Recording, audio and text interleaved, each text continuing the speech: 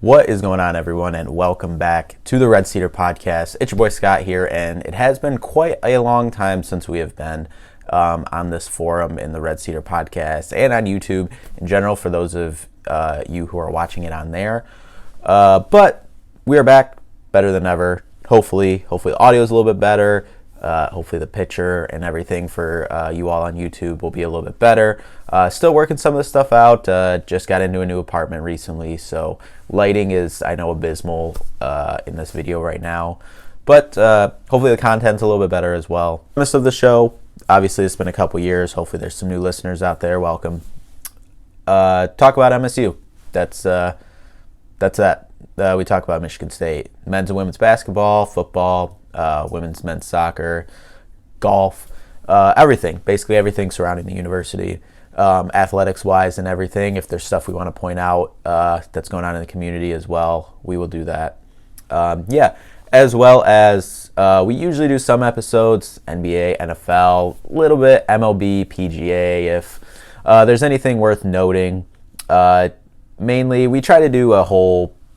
My goal is to try to do a whole bigger scope of like NBA, NFL, but mainly focused around the Warriors, Lakers, Panthers, Rams, in the NFL, Chiefs as well. But we try to do a little bit better as overall big circle, big picture thing for the whole leagues. For that, MLB, same thing, a little bit, PGA when time's right. But so kind of a new thing, because I was never really on a consistent schedule with it. I tried to be, but going to try to do that right now. As of right now, we're going to be mainly MSU-centric right now. Obviously, we're in the heart of Big Ten play for basketball, both men's and women's, at this time.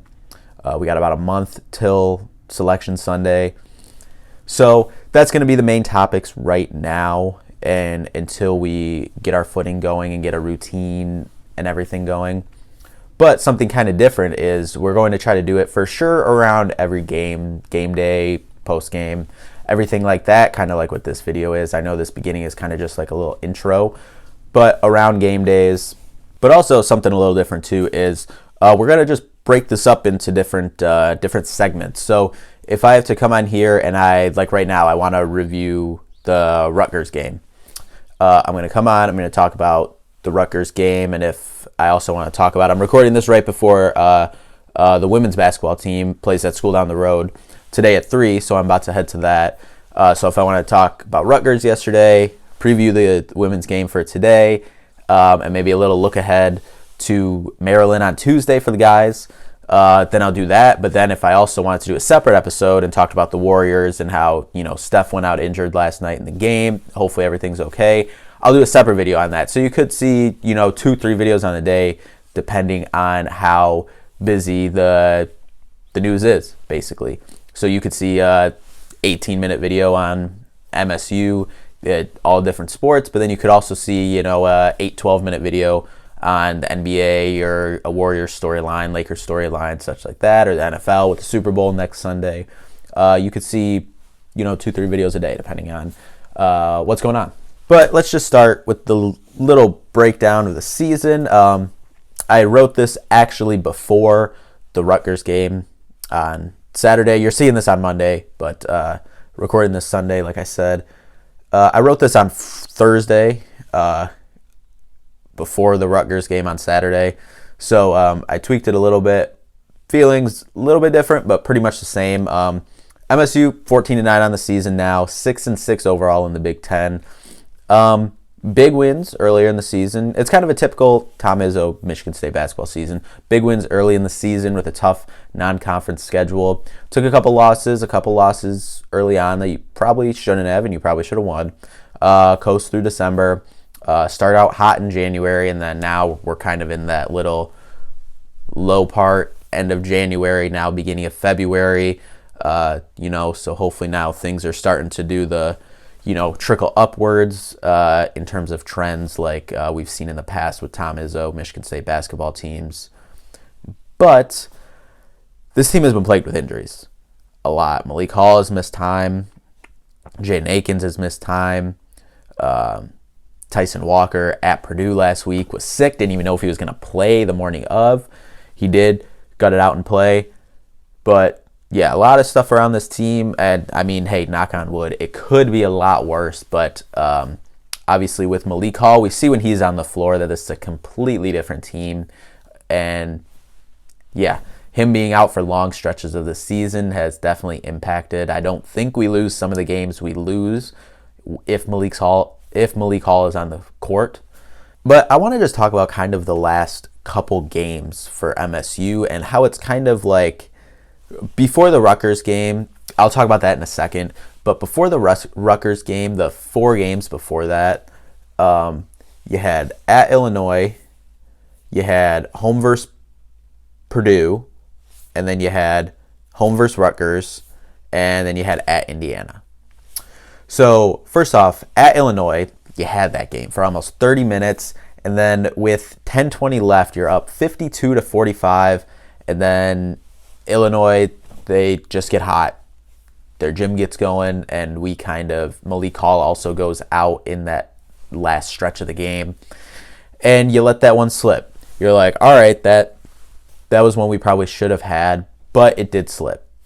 Okay, we'll bounce back. Big chance for a big time win on MLK Day versus Purdue at home in the Brez. You lost that one in the first 5-10 minutes of the game. You got down big. You were down 13 in the first half. You were able to storm back before halftime and I forget if we were up 1, down 1 at half, but it was like a 1-possession game at halftime. After being down big time, double digits against, I think they were ranked number 3 in the country, probably a top 2-3 team in the country this year. Zach Edey, probably the player of the year. You came back, showed a lot of fight, and then the second half it was literally back and forth, trading buckets. One team would maybe go up 4, and then the other team would go on a run, maybe go up 2, then tie, then so it was back and forth. Whole game, it was right there at the end. I think we even got up 4 late in the game, if I'm not mistaken. And then kind of I would call it a questionable defensive strategy on Edey as he gets the hook with 3 seconds left in the paint. Kind of allowed them to get that running start and then just dumped the ball down to Edey, who was already too deep in the paint, and was just able to go right to his move and get it up. 3 seconds left. But Tyson Walker did get a shot, which he was phenomenal all game, but it either got tipped or just came up short. But I said it kind of right after that. It was kind of a weird segment because I think there was like 8 to 10 real-time minutes between before Purdue scored the go-ahead bucket and before Tyson took that last shot. I swear, 8 to 10 real-time minutes, because I think there was a review right before Edey went down and scored, and then after that, we called the timeout, and then I think after that, Purdue called the timeout, and then that was when threw the ball in, and it went out on our 3-point and out line on the sideline right up there on our side of the court, so that worked out perfectly. But then they were reviewing that for the time, so then you had a couple minutes for that, and then we called the timeout, Purdue called the timeout, then it was like, all right, there's no timeouts, but now 8-10 minutes of round in real time, so you're kind of sitting around and you're playing. I think Tyson probably logged 35, 37 so minutes in that game, like a lot of our big time players are, or a lot of our starters are, I should say. Better phrasing for that. Your legs, you're not going around, even though you get a couple minutes rest. I don't know. I kind of attributed it to that a little bit, but like I said, I think you lost that game, and when you got down that much and you had to exude all that energy to come back and fight, even if you kept that to a 7-8 point game instead of all the way up at 13, that sounds 4 or 5 points. That sounds so little, but that's what you lost the game by 1. That's what it comes down to, really. Then Rutgers, you were able to bounce back big. You got destroyed on the boards, but you were able to get a big time win at home. Then you went to Indiana. That went bad quick. You were in it for kind of the first 10 minutes. You were able to keep Trayce Jackson Davis out of the game for the most part of that first quarter of the game. But then that second 10 minutes in the first half, he started to get going. Second half, he really got going. Crowd got into it, and you weren't climbing out of that hole. So then after Indiana, you have Iowa at home. You get a nice win there, 63-61. Back and forth game again there. You were able to pull it out against an Iowa team that was kind of struggling, but was starting to find their rhythm. I said last 4 games, I meant last 6. But that's that. So you get the win at home against Iowa. Then you go to Purdue, who's now the number 1 team in the country. And again, you're in it till the first media timeout. And then Edey starts getting going, crowd's getting going, other guys start hitting shots. Yeah. Get down 18 in the first half, second half. Teams, if I can talk, the team in the second half showed a lot of heart and fight, but it was too much to overcome. Down 18, again, on the road in West Lafayette with Edey, who's probably the player of the year, not just in the conference, but probably in the country.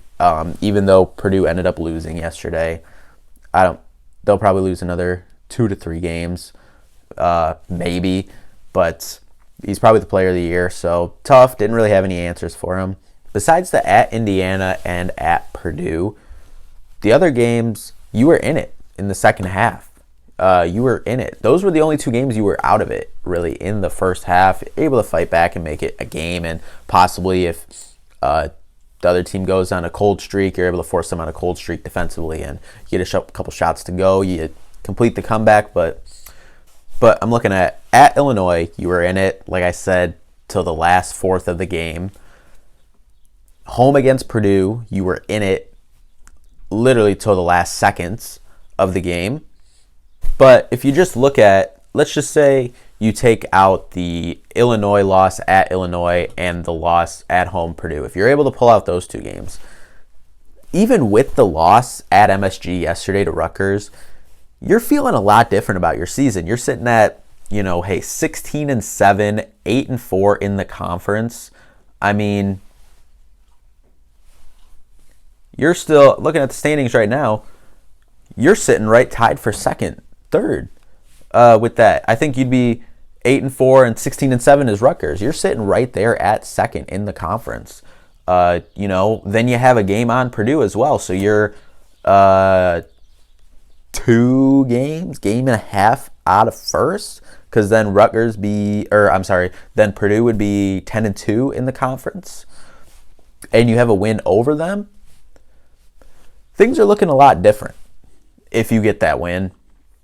So obviously yesterday, kind of at Rutgers, at MSG against Rutgers, it was a road game.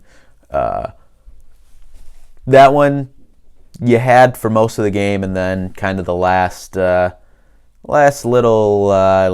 7-ish minutes of the game you kind of let slip, but offense it was just a defensive game. Could not get anything going defensively. Tyson had some nice moments back in New York, where he's from, but you're up 6 at halftime. You get outscored by 12 in the second half. I'll say this, not making excuses, Rutgers is second in the Big Ten standings for a reason. They're a really good defensive team. I wish we could have pulled that off. I think that would have been big, because I kept saying, kind of silver lining after the Purdue game last Sunday, all right, this last stretch, the last, 8-9 games of the Big Ten season, you can kind of right the ship. I was like, all right, I could reasonably see you winning of these before yesterday, 9 games. I can see you winning on the high end. High end, I could see you winning 9, but okay, I could see you winning 7 to 8 of these games. And even on the low end, it's like, all right, you get at least 5 of these games. Rutgers was one of those ones I thought we got. I thought we caught a little break, not having to play them at the rack, but credit to their fans. They showed up at MSG, provided a good environment for them, and but mainly credit to the coaches and players over there, because that's a good defensive team. So now just looking ahead for MSU, we got Maryland at home on Tuesday at 9 o'clock. Maryland, right now they're tied for third. They're 7-5 in the conference, 16-7 overall. So again, another tough game. It's so cliche. There's no easy games in the Big Ten. I'm not even going to say Minnesota's an easy game because they've given some teams fights. Minnesota 1-11 overall in the conference, 7-15 overall. But I'm not going to say yep, MSU's going to win that game. Yeah, we should. They're ranked 14th in the conference and they've won one game in conference for a reason. But I know it's so cliche, but it's just this conference is just so tough, top to bottom. But so you still kind of looking ahead at the schedule for them. For the guys, you got to get that one. You got to get that one, kind of get on track. Find a way to win at Ohio State. Then you got Minnesota at home. Then you go to the school down the road. Okay. And then you get Indiana at home. These next 4 games before we get Indiana at home, you need to find a way to win 3 to 4 of them. Need to. The good thing is you got 2 of them at home, 2 of them on the road. So you need to find at least one road win out of this. You do that, you get 3 wins. You're now at 9 wins in the conference. I think the Big Ten title is probably out of question for this year because I think Purdue's probably going to win it by probably 2 games, maybe 3 games. So here's the chance. Right the ship. Get it started versus Maryland on Tuesday. That's a good win. That will be a good win. Any win in the Big Ten is a good win. Even if it's at home, on the road, wherever. It's a good win. And then from there, find a way to win on the road. Beat Minnesota at home. Beat your rival on the road. Hey, things are looking good. If you get all 4, you're at 10 wins. All right. Then you got 4 games left. Indiana, Iowa, Nebraska, and Ohio State. You got 4 wins left.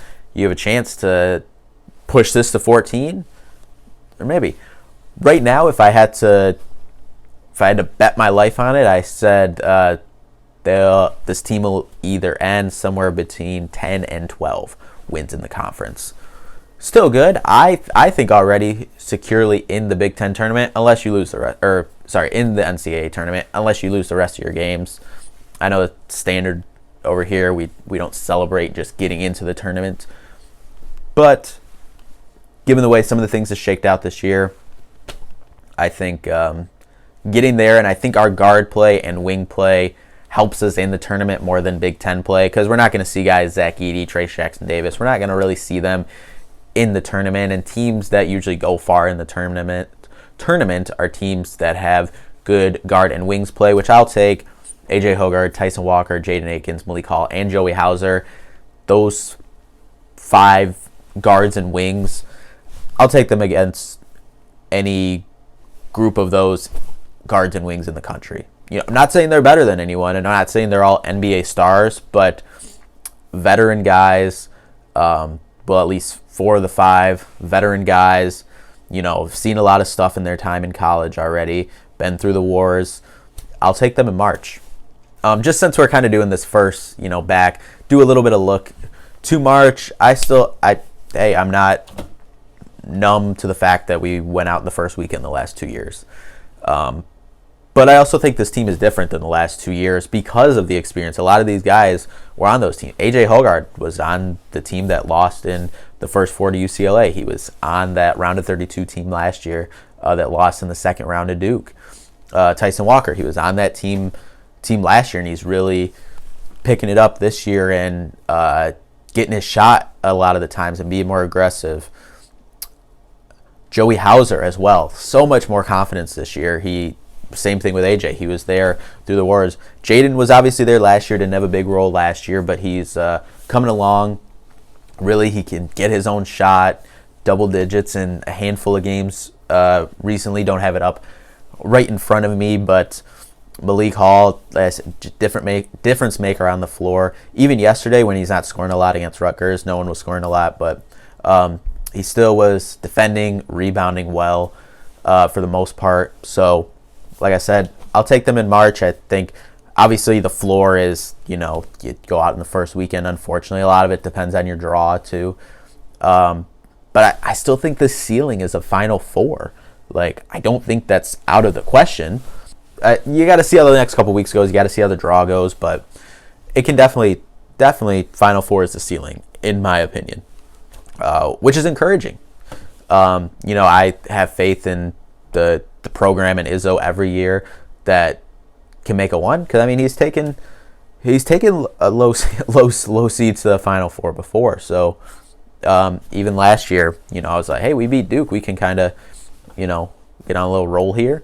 You saw North Carolina get to the championship game last year as I think an 8 seed. But that being said, biggest thing, just got to string some wins together. Wins together. You got a couple of winnable games that you should be able to win here in the next last couple weeks of the season. You got a couple of tough ones at Ohio State, even though they don't have the reputation for being the toughest arena to play in. It's tough. At your rival down the road, they don't either have the best fans, student section, whatever environment, but that is a tough place to play too, because it's your rival. Home versus Indiana, obviously Trayce Jackson-Davis, one of the best handful of bigs in the league, one of the best players in the league and probably the country. At Iowa, I'm nervous about. Going to Iowa for any sport kind of scars me. So that one, circle, worry about too. But yeah, biggest thing, just string together some wins. I think there's been more consistent play out of the squad recently, so just try to put together more consistent performances. If you do that, I think you'll be in good shape. Get on a little bit of a rhythm going into the tourney, and hey, anything can happen. But yeah, looking forward to the game. I'll talk about that a little bit. I think you'll see me probably Tuesday morning, so tomorrow morning, because we got another game. Obviously touch on MSU versus Maryland, and then probably recap this game a little bit, and anything else that happens. But anyway, welcome back to the Red Cedar Podcast. Thank you all so much for watching, and I'll see you guys in the next one. Peace out.